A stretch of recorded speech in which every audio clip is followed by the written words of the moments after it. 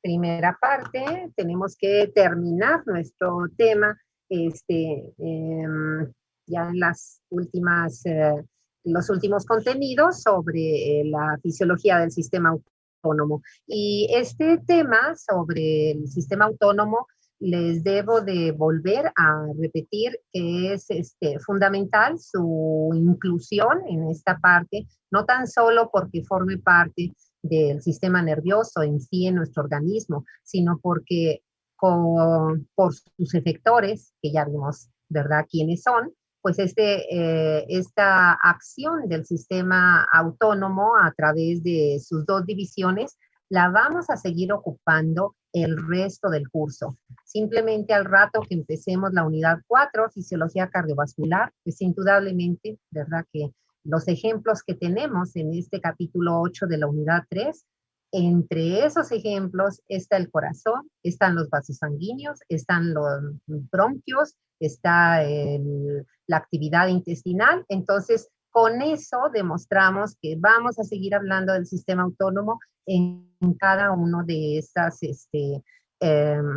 diferentes contenidos de las unidades que nos faltan. Entonces les voy a compartir, ¿verdad? Como siempre, vamos a acabar primero este capítulo 8. Estábamos trabajando con esta figura que dijimos, nos presenta en una imagen comparativa, ¿verdad?, las características en su anatomía fisiológica, tanto de la división simpática como de la parasimpática. El día de ayer creo que nos dio tiempo de ver esta cuestión, y entonces decíamos, ¿verdad?, para cerrar esta parte en la que nos quedamos, que la división simpática y parasimpática, es decir, ambas divisiones, los nervios van a involucrar la participación de dos neuronas. La primera, que no se le nombra así, pero nosotros la mencionamos para ubicarla en la posición que tiene. La primera, en ambos casos, va a ser llamada preganglionar. La segunda es la posganglionar.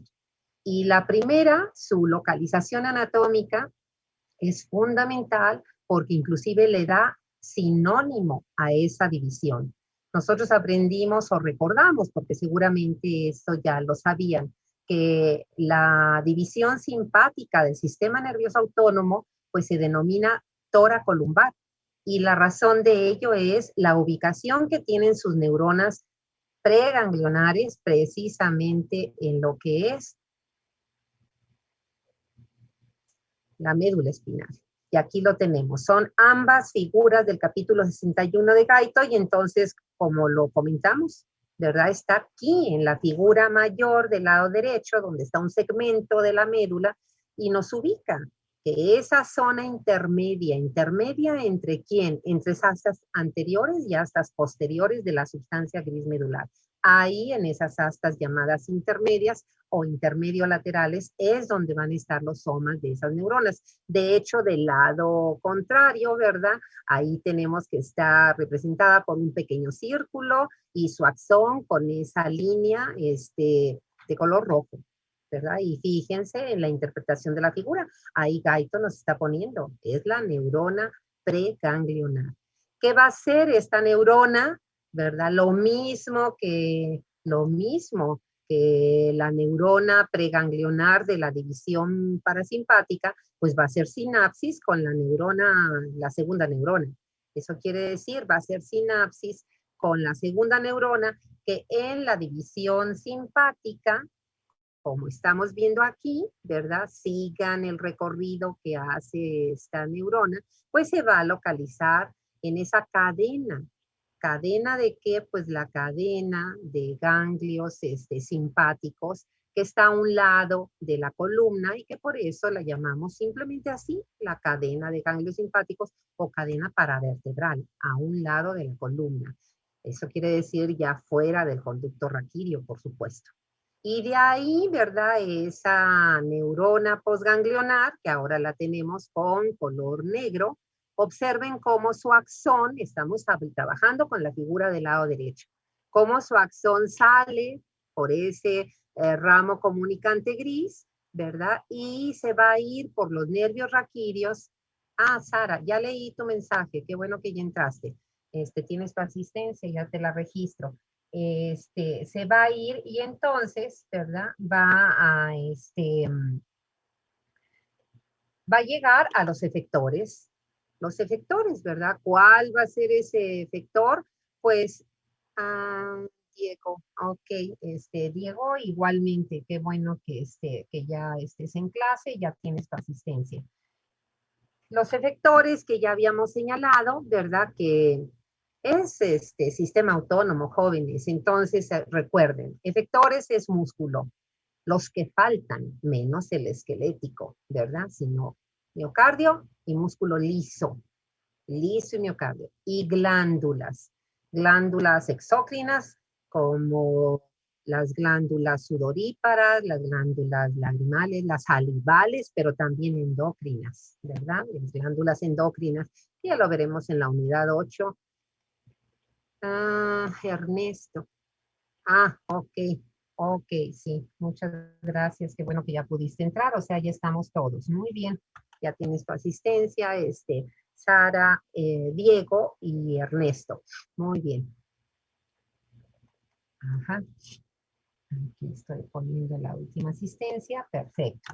Muy bien, entonces, ahí está esa neurona. Si nos vamos a la figura del lado izquierdo, pues recuerden cómo, ¿verdad? También a nivel del abdomen, las neuronas preganglionares forman otros sinapsis con otros ganglios, ¿verdad? Que están inclusive y que son llamados así, los ganglios mesentéricos, el superior, el inferior, el ganglio celíaco, etcétera, ¿verdad? Esto pues es bastante complejo, pero aquí lo que tenemos que ver, ¿verdad? Es cómo los segmentos torácicos o dorsales, que es lo mismo, de T1 hasta L2, ¿verdad? Sin lugar a dudas, ¿verdad?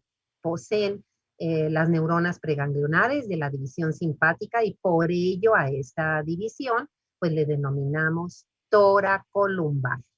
¿Qué hace esa neurona preganglionar?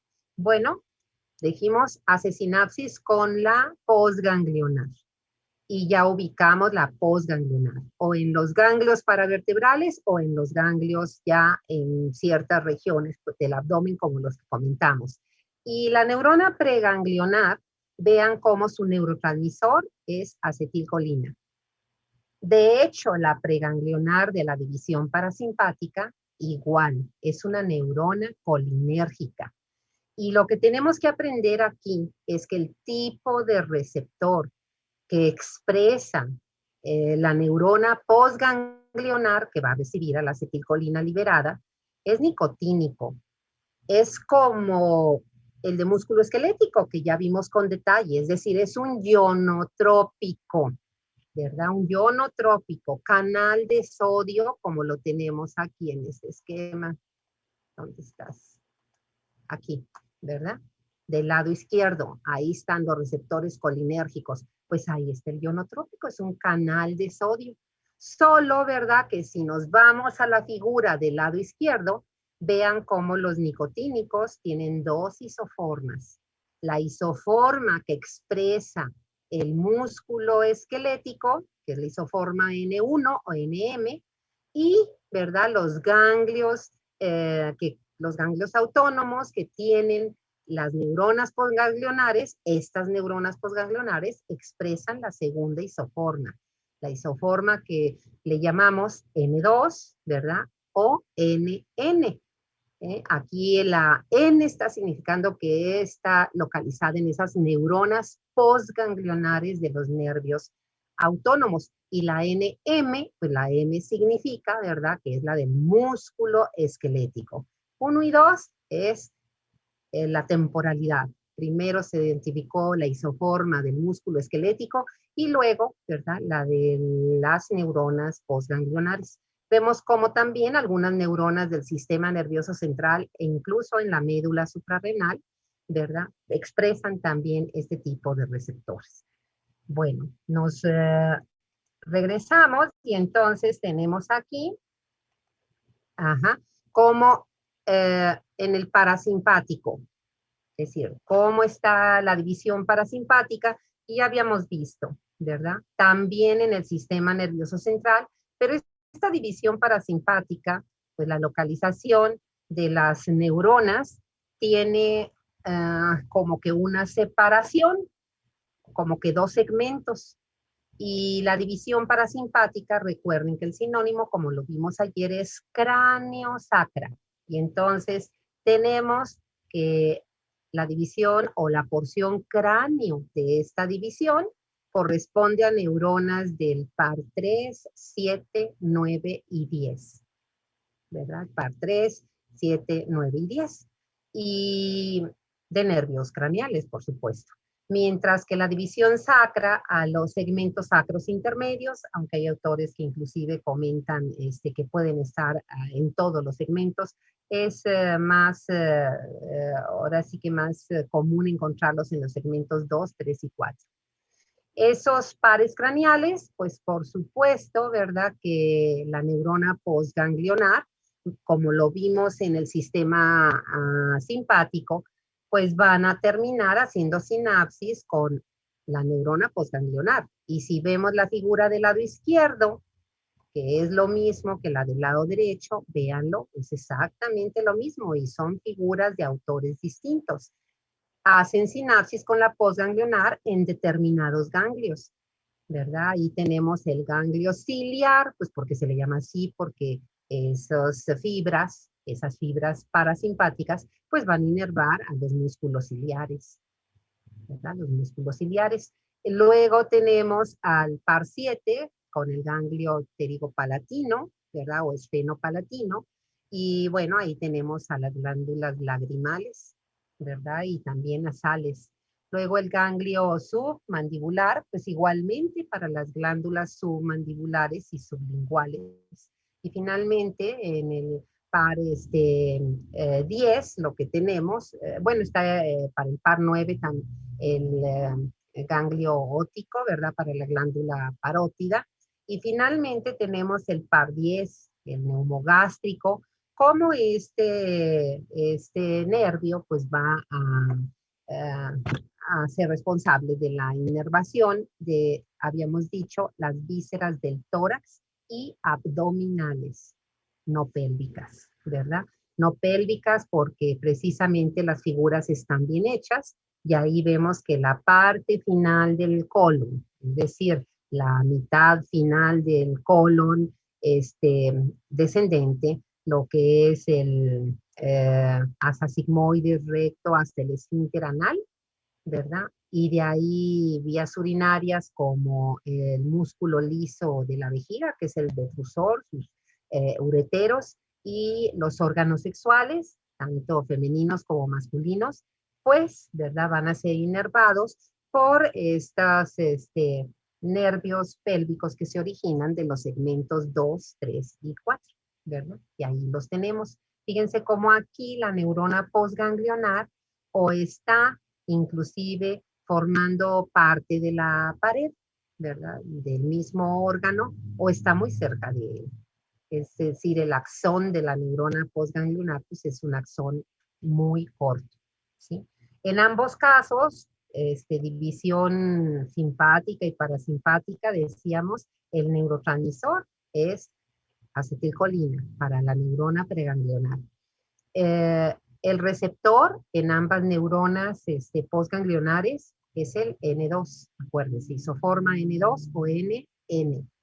Y es un canal de sodio, es un ionotrópico canal de sodio, por lo tanto el efecto siempre será excitador. Y vean cómo el neurotransmisor de las neuronas postganglionares es el que varía. Para los nervios simpáticos, pues ya lo habíamos visto, su neurotransmisor, la noradrenalina, o su sinónimo, norepinefrina. Entonces puede ser NA mayúscula o NE, como aquí. Y esos receptores, como grupo, se les llama adrenérgicos porque son los mismos receptores sobre los cuales actúa la otra catecolamina, la adrenalina. O sea que estos receptores son los receptores de estas dos catecolaminas, adrenalina y noradrenalina. Esos receptores presentan dos grupos o dos tipos que son denominados con letras del alfabeto griego, alfa y beta. Y luego tienen los subtipos. Y en el caso del parasimpático, pues aquí tenemos que esas neuronas postganglionares siguen o son iguales en cuanto a que son colinérgicas. Y entonces, aquí no hay que confundirnos, jóvenes. No hay que confundirnos en qué sentido. Cuando a mí me pregunten cuál es el neurotransmisor de los nervios simpáticos y parasimpáticos, el neurotransmisor al que nos referiremos siempre es al neurotransmisor de la neurona postganglionar, no la preganglionar, la postganglionar.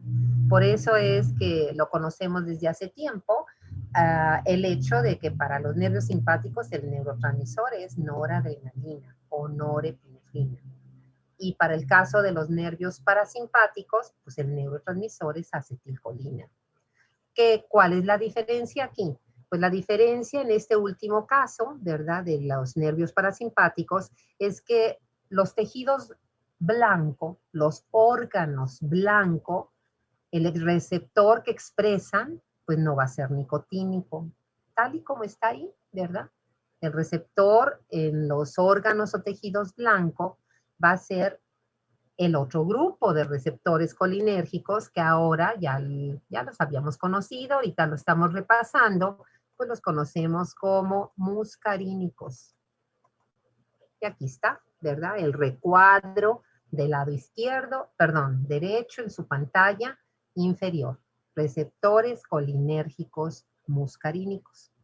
Hay al menos 5 isoformas ya muy bien identificadas y se les da la nomenclatura de una letra M mayúscula, que es la inicial de muscarínicos. ¿Por qué? Porque este alcaloide, la muscarina, es su agonista. Igual para los nicotínicos, su agonista es la nicotina, por eso reciben ese nombre. Y acuérdense siempre que un agonista es el que ejerce, es un mediador, que una sustancia química que ejerce el mismo efecto, transduce el mismo efecto que el neurotransmisor. Las isoformas, pues se le coloca un número arábigo progresivo de subíndice. Ahí estoy viendo que no puse en el 3, 4 y 5, pero generalmente se utiliza de subíndice, ¿sí? Y esos receptores muscarínicos, pues de una vez vamos a verlo, jóvenes, aquí. Fíjense cómo, a diferencia de los nicotínicos, ahora vemos la figura que está en el centro de la pantalla, ¿sí? Y entonces los muscarínicos todos son metabotrópicos.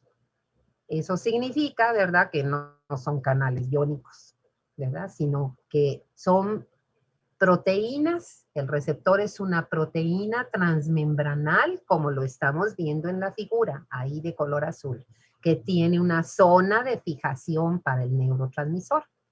Y que están, y luego vemos el componente que está en color como naranja y café, que están acoplados, unidos. Ahí la flechita negra significa que están unidos, ¿verdad?, al sistema de las proteínas triméricas G. Esas proteínas que tienen 3 subunidades, por eso triméricas. Y si nosotros vemos, resulta que cuando el neurotransmisor, que en este caso es la acetilcolina, ¿verdad?, se une al receptor muscarínico, pues entonces, ¿qué es lo que ocurre? Que la subunidad alfa se va a disociar, se va a separar. Y esa subunidad separada, inclusive, ¿verdad?, va a cambiar el GDP que tiene por GTP, que es lo que está señalado ahí. Ahí no le pusieron subunidad alfa, pero pues es la alfa. Y va a activar a un sistema enzimático de la membrana, a un sistema enzimático. En este caso, el ejemplo que nos están poniendo es el de la adenil ciclasa o ciclasa de adenilo. Y entonces, ¿qué va a hacer la enzima? Pues actuar sobre su sustrato, como cualquier enzima va a actuar sobre su sustrato. Y el sustrato de la adenilciclasa tampoco lo pusieron ahí, pero nosotros ya sabemos que es el ATP. intracelular. Y a partir del ATP, la adenilciclasa forma AMPC. La C significa cíclico, ¿verdad? Adenosín monofosfato cíclico. Y ese es el segundo mensajero. ¿De quién? Pues del neurotransmisor, en este caso de la acetilcolina en estos receptores metabotrópicos muscarínicos. Pero es uno, porque también puede haber otros segundos mensajeros, ¿verdad? Y entonces, ¿qué hace la adenilciclasa? Pues la adenilciclasa, ahí si seguimos el esquema, va a activar a un sistema enzimático que las células tienen, que es una quinasa dependiente de AMP cíclico y por lo tanto se llama la PKA o PCA. Y eso significa la letra A de que esa proteína quinasa se activa por AMP cíclico. ¿Por qué? Porque hay una PKC. Esa C pues es activada por algo que empiece con C, que en este caso es el calcio, ¿verdad? Y fíjense ahora qué hace esa proteína quinasa. Pues es una cinasa y recordamos que las cinasas son fosforilasas. Y esas fosforilasas, lo que está haciendo en este caso, ahí véanlo, va a fosforilar. Ajá, a Brenda. Claro que sí, Brenda. Gracias por tu mensaje. Qué bueno que pudiste entrar, ya te estoy registrando tu asistencia. Entonces, fíjense, decíamos lo que va a hacer la quinasa, pues va a fosforilar, esa es su acción.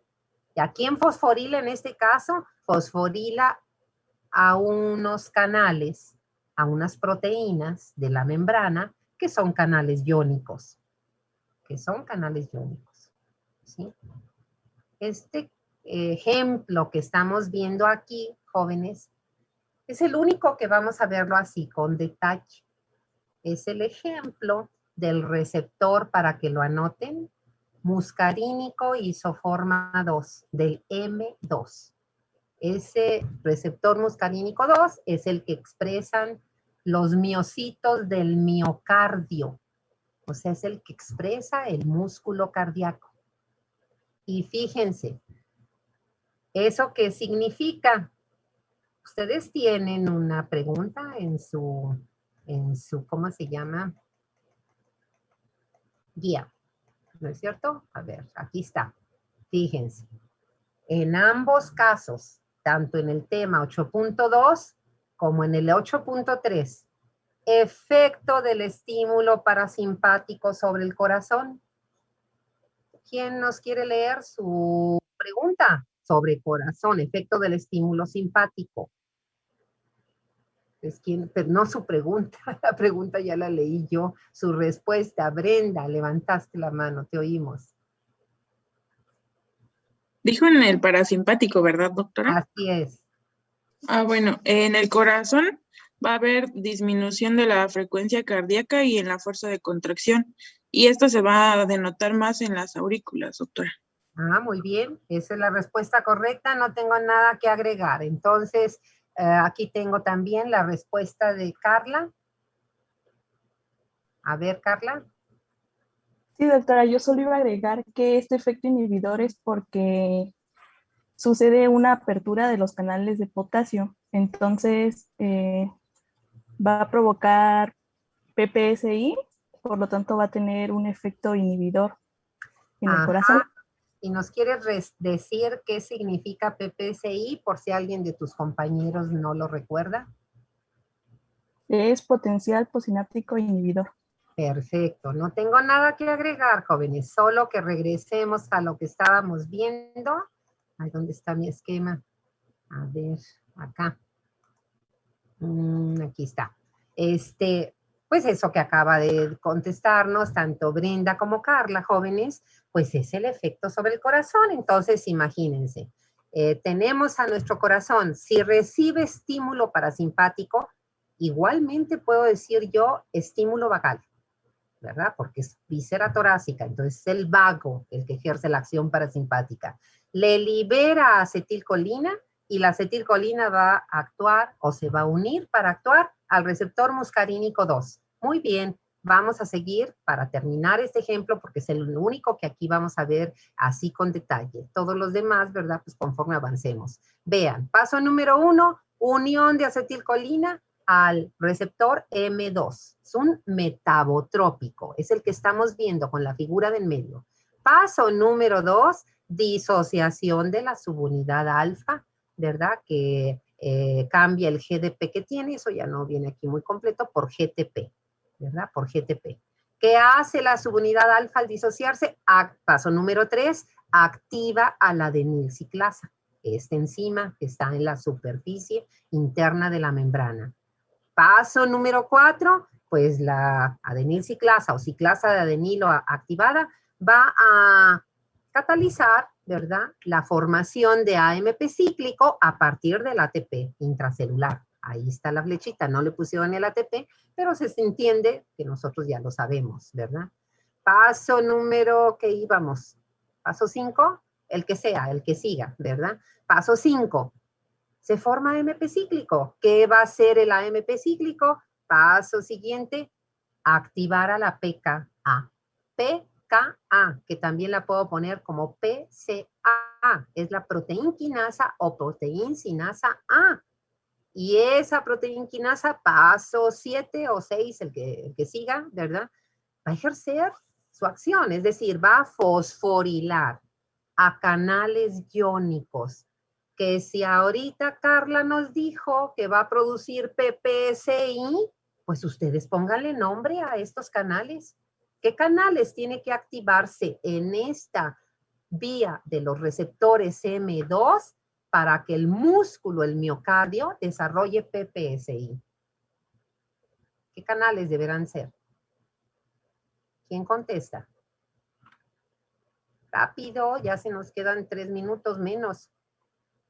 A ver, tenemos a 2 manos levantadas. Chirel, ¿eres tú? Sí, doctora. A ver, te oímos, Chirel.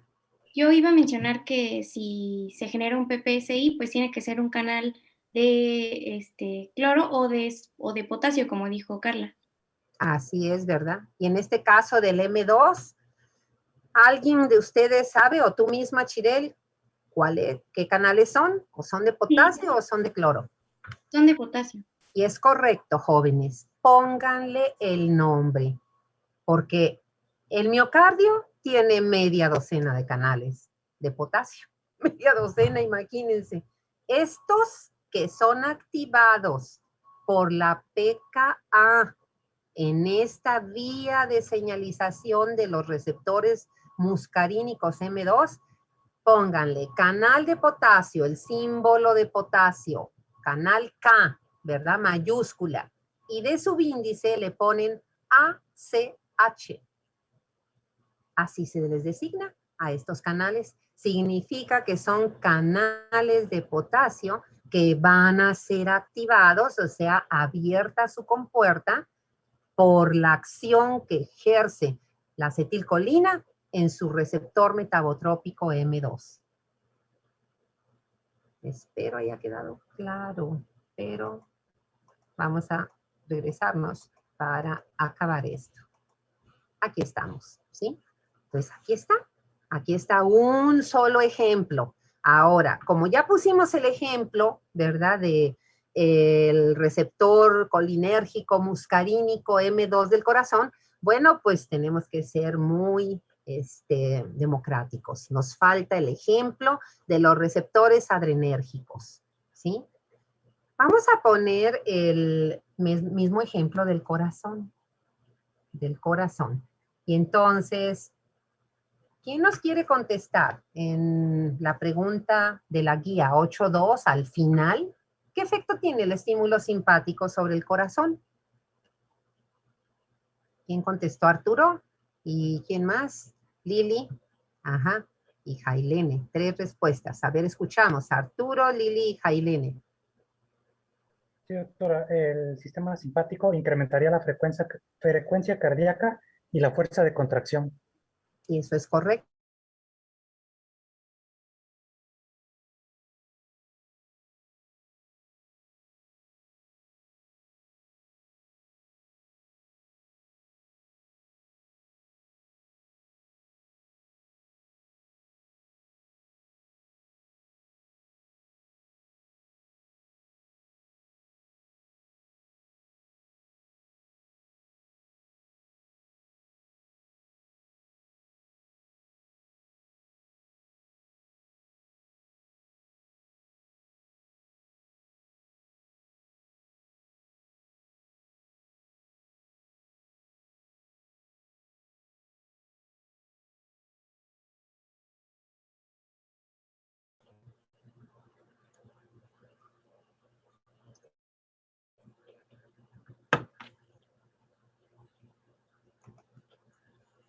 Muy bien, jóvenes. Entonces, pues ya prácticamente entraron todos. Les voy a volver a compartir la pantalla para retomar con esta respuesta que nos dio Arturo, ¿verdad? Que es correcta. Entonces, él dice, el estímulo simpático va a tener un efecto excitador. Recuerden, además, que ese es un principio y es lo único fácil de la inervación autónoma en nuestro organismo, que cuando las vísceras, los tejidos, reciben doble inervación, o sea, nervios simpáticos y parasimpáticos, pues uno de ellos excita y el otro inhibe. Eso es lo único sencillo. De ahí en fuera no podemos generalizar, que como en el caso del corazón, el simpático tenga efecto excitador o estimulante y el parasimpático tenga efecto inhibidor, porque eso no es cierto. En otros sitios el efecto es contrario y eso es lo que nos complica el aprendizaje. Pero para ello no hay más. Hay que leerlo, ¿verdad? Y repasarlo varias veces para poderlo aprender. Lili, tú tenías también la mano levantada. ¿Nos quieres compartir tu respuesta? Sí, así es. Iba a decir lo mismo que comentó mi compañero, que así como el parasimpático lo iba a disminuir, entonces el simpático iba a hacer todo lo contrario, aumentar la frecuencia cardíaca y pues también aumentar la fuerza de contracción y sobre todo se iba a presentar en las coronarias. Y eso es muy importante porque es nuestra siguiente unidad, jóvenes, la unidad 4. Pero, ¿verdad? Como decimos que aquí somos muy democráticos con todas las unidades, vamos a darle el espacio, vamos a conocer, porque resulta que los receptores colinérgicos, pues el nicotínico ya lo habíamos visto, cuando menos la isoforma del músculo esquelético, y ya vimos que la isoforma de las neuronas postganglionares pues es semejante, solo tiene otra estructura y sus agonistas y antagonistas son distintos. En el caso de los adrenérgicos, vean ahí, tenemos dos, ¿verdad? Dos receptores, dos grupos, alfa y beta. Y entonces, pues aquí tenemos esta tabla, miren, esta tabla, ¿sí? Y entonces, vamos a tomar los ejemplos que vienen en la guía. Vamos a buscar ahí en esa tabla, ¿verdad? Vean, sobre el corazón, el miocardio expresa el receptor beta 1 sobre el miocardio, beta 1, y me está diciendo en la cuarta columna, bueno, la tercera columna, la primera es el tipo, beta, el subtipo es beta 1, la localización es, ahí dice corazón, miocardio, le podemos poner, y acción dice aumenta el trabajo cardíaco. Y el trabajo cardíaco, jóvenes, se expresa desde el punto de vista fisiológico con una variable que se llama gasto cardíaco. Con eso se mide el trabajo de bomba del corazón, con gasto cardíaco. Y la ecuación que me relaciona los dos parámetros que determinan al gasto cardíaco, la ecuación de gasto cardíaco, que por supuesto la vamos a trabajar mucho en esta cuarta unidad, nos dice GC, que es gasto cardíaco, es igual a FC, y FC es frecuencia cardíaca, por BS, y BS es volumen sistólico. Y entonces sucede que cuando el corazón recibe estímulo simpático, pues los nervios simpáticos le van a liberar al miocardio noradrenalina. Esta se va a unir al receptor beta 1 y en el corazón el efecto es excitador. ¿Por qué? Porque va a promover la contractilidad, el cronotropismo, la frecuencia de contracción. Va a aumentar el inotropismo, que es el hecho que el corazón aumenta más la concentración de calcio intracelular y entonces se va a contraer con mayor potencia y va a bombear más sangre a la aorta, sobre todo, porque gasto cardíaco se refiere a la aorta, aunque el ventrículo derecho hace lo mismo, pero gasto cardíaco por concepto es ventrículo izquierdo, ¿sí? Y eso hace que aumente el gasto cardíaco. Fíjense aquí la aplicación, porque aquí hay aplicación clínica. La insuficiencia cardíaca, jóvenes, es una enfermedad muy frecuente en clínica. De las cardiopatías es muy frecuente. Puede ser producida por múltiples causas. Los pacientes pueden llegar a insuficiencia porque tuvieron uno o varios infartos. Puede ser que sean pacientes que tuvieron procesos de miocarditis. Pueden ser arritmias cardíacas. Puede ser un paciente hipertenso de largo plazo que el corazón está trabajando, venciendo presiones progresivamente mayores, etcétera. Hay muchas causas. Y entonces, cuando le hacemos diagnóstico al paciente de que desarrolló insuficiencia cardíaca, literalmente lo que significa es que la acción de bombeo, sobre todo de inotropismo, está disminuida. Entonces hay menos gasto cardíaco porque la fuerza, la potencia, el inotropismo están disminuidos. Y entonces, ¿qué ocurre? Que si los ventrículos no bombean, en este caso el izquierdo, a la aorta lo que debe, lo que no bombee se va a quedar almacenado. Y eso va a empezar a dilatar al ventrículo o a los dos. Y va a llegar un momento en que se dilatan todas las cavidades. Es la cardiomegalia global. ¿Y en clínica qué hacemos? Bueno, pues darle al paciente fármacos que tengan acción o efecto inotrópico positivo. Y ahí tenemos un ejemplo, ¿verdad? La dobutamina es un buen fármaco, ¿verdad? Igual que la digital, ¿sí? Y pues son los ejemplos de aplicación clínica. Ustedes tienen un capítulo, su curso el año que entra de farmacología. Cuando lleguen a él, pues ustedes no deben de llegar con cara de what, ¿verdad? Porque si van a hablar de fármacos con efecto inotrópico para el tratamiento de los pacientes con insuficiencia cardíaca, igual que en su curso de fisiopatología, ustedes les dan todas las bases. Ustedes, quiero decir, le dicen cuando el paciente, cuando el profesor les pregunte, ¿verdad? ¿Qué le pasa a un paciente con insuficiencia cardíaca? Y se meten desde explicar lo que son las propiedades del corazón, automatismo o autoexcitabilidad. Cronotropismo es la frecuencia cardíaca. Inotropismo, la fuerza de la contracción. Dromotropismo, la velocidad de la contracción.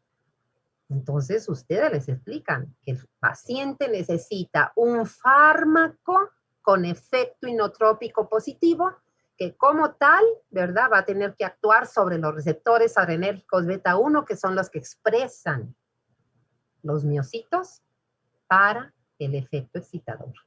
Fíjense qué diferencia, ¿verdad? Qué diferencia llegar con ese conocimiento a llegar como si fuera una página en blanco. Ahora, Lili nos comentaba algo de las coronarias. Bueno, pues es que resulta, jóvenes, que ahí tienen otra pregunta. Pues las coronarias es el sistema arterial, ¿no? Que irriga el miocardio. Pero ustedes tienen en su guía 8.2 y 8.3. ¿Qué efecto tiene? Estímulo simpático sobre músculo liso vascular, ¿no es cierto? Entonces, ¿quién nos da la respuesta? ¿Qué efecto tiene el estímulo simpático? No veo a nadie. Sobre vasos sanguíneos, jóvenes. Yo levanté la mano, doctora. Muy bien. Ya estamos 4, de hecho, levantando la mano. Pues no sé, muy bien. O sea, se me reflejó primero Jailene, Brenda y no sé quién más, pero escuchamos sus respuestas, por supuesto. Preguntó de la simpática, ¿verdad? Así es. Bueno, la estimulación simpática en los vasos sanguíneos va a causar una contracción de los mismos. Entonces, la respuesta es vasoconstricción, ¿verdad? También tenemos a... ¿quién más había levantado la mano? ¿Karen? Sí, doctora, yo también iba a decir que lo más frecuente es la contracción. Ajá. ¿Y Arturo? Sí, doctora. Bueno, nos mencionaba que sobre todo va a actuar sobre receptores alfa y va a causar precisamente contracción. Sin embargo, había leído que al actuar sobre receptores beta 2, que es en el caso de las coronarias, causa dilatación. Y eso es muy interesante que lo hayas completado porque miren, vamos a ver qué es lo que ocurre aquí, ¿verdad? Y lo que ocurre aquí es que vasos sanguíneos, jóvenes, y vean la figura de Guyton del lado izquierdo, vean dónde está representado, debajo de la piel está el vaso sanguíneo. Y vean cómo, ¿verdad? Inclusive a partir del primer segmento medular T1, salen los nervios para inervar al músculo liso vascular. Si esto lo queremos buscar en el parasimpático, pues tendrían una calificación de 10 perfecta si lo encuentran. Y claro que no lo van a encontrar, ¿verdad? ¿Por qué? Porque efectivamente los vasos sanguíneos no tienen inervación parasimpática, solo simpática. Y entonces, ¿cómo logran los vasos sanguíneos entonces contraerse y relajarse? Lo que Arturo nos dijo. Eso depende de qué neurotransmisor y sobre qué receptor actúa, ¿sí? Entonces vean, inclusive en esta tabla, ¿verdad? Esta es la tabla de Guyton. Vean, es la tabla 1 del capítulo 61. Entonces vean cómo dice ahí, receptor alfa 1. Ese alfa 1 no lo trae la tabla de Guyton. Yo se lo tuve que poner, quién sabe por qué no lo pusieron. Y dice que el alfa 1 transduce vasoconstricción. Pero vean, en lado contrario, receptor beta 2, vasodilatación. Vasodilatación. Y vean inclusive abajito, aceleración cardíaca, beta 1. Esto de las betas sí lo trae la tabla. En todo caso, lo que tenemos que agregar es la vasoconstricción a través del receptor alfa 1. Fíjense en el receptor beta, aceleración cardíaca, beta 1, aumento de la fuerza de contracción del miocardio, beta 1.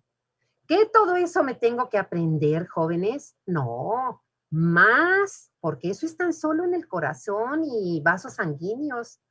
Pues ya nos estamos dando cuenta que hay mucho trabajo por hacer, pero fíjense, ¿verdad? También cómo hay que tener cuando menos una pequeña idea. Ahí está tu receptor alfa 1.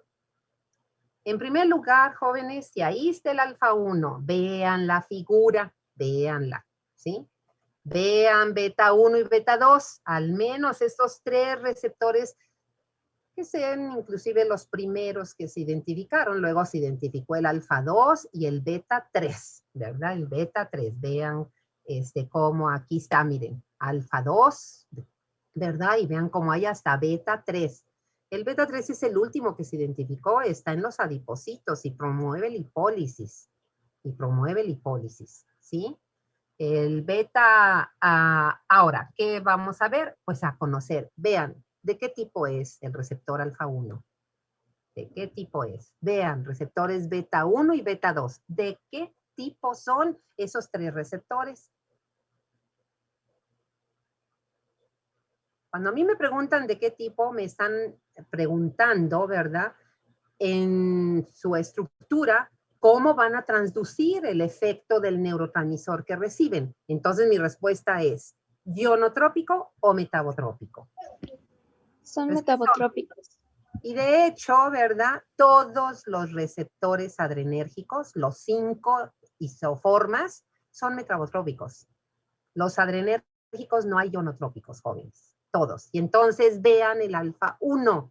Arriba nos dice que la noradrenalina está liberada, pero todavía no se ha unido. Pues entonces no pasa nada. Si se libera el neurotransmisor y no se une al receptor, no hay efecto. Vámonos a la parte de abajo donde dice activo, ¿sí? Y entonces ahí está. Norepinefrina, paso número 1. Se une al receptor alfa 1. Bueno, ese es el primer paso, ya lo sabemos siempre. Paso número 2. Es metabotrópico, entonces está acoplado a la proteína G. En este caso, las proteínas G también tienen isoformas. En este receptor es la GQ. Pero ahí tiene su subunidad alfa, ahí tiene su subunidad beta y la gamma. Y ya habíamos dicho, paso número 2, se disocia la alfa. Cambia su su GDP por GTP. ¿Qué hace esa 2? Se va a activar, paso número 3, a un sistema enzimático de membrana. Esa alfa 1 no va a activar adenilciclasa. No va a activar adenilciclasa. Eso lo va a hacer el beta.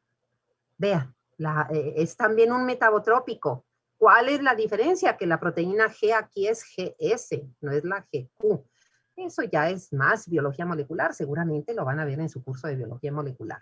Y vean a qué enzima esta GS con GTP está activando adenilciclasa. No estamos en esta, estamos en esta.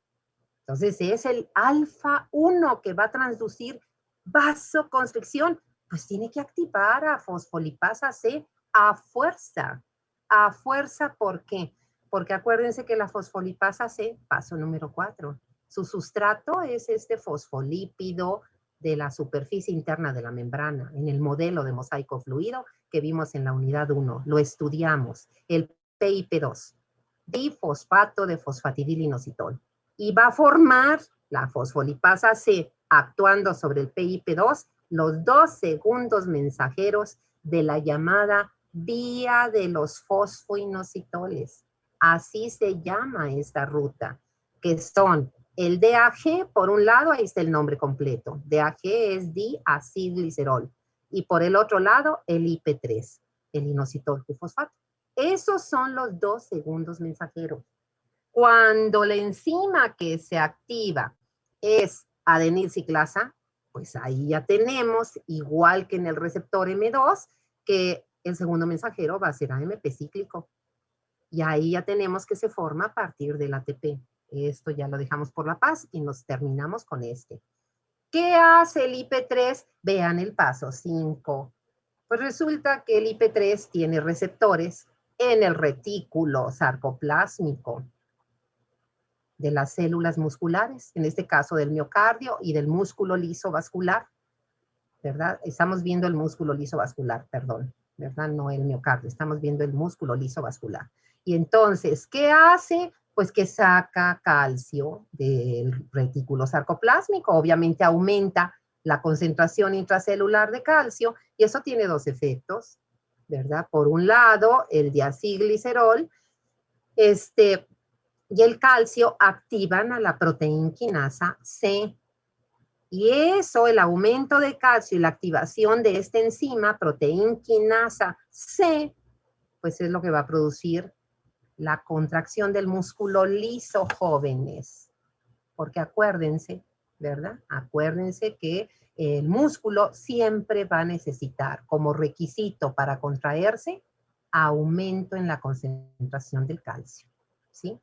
Y entonces la respuesta aquí, concluyendo ya este punto, ¿verdad? Y este tema es, el estímulo simpático, estamos en vasos sanguíneos, no hay nervios parasimpáticos, en músculo liso vascular no hay. Hay nervios simpáticos, liberando acetilcolina, si se unen al receptor alfa 1 a través de la vía de los fosfoinositoles, pues va a producir vasoconstricción.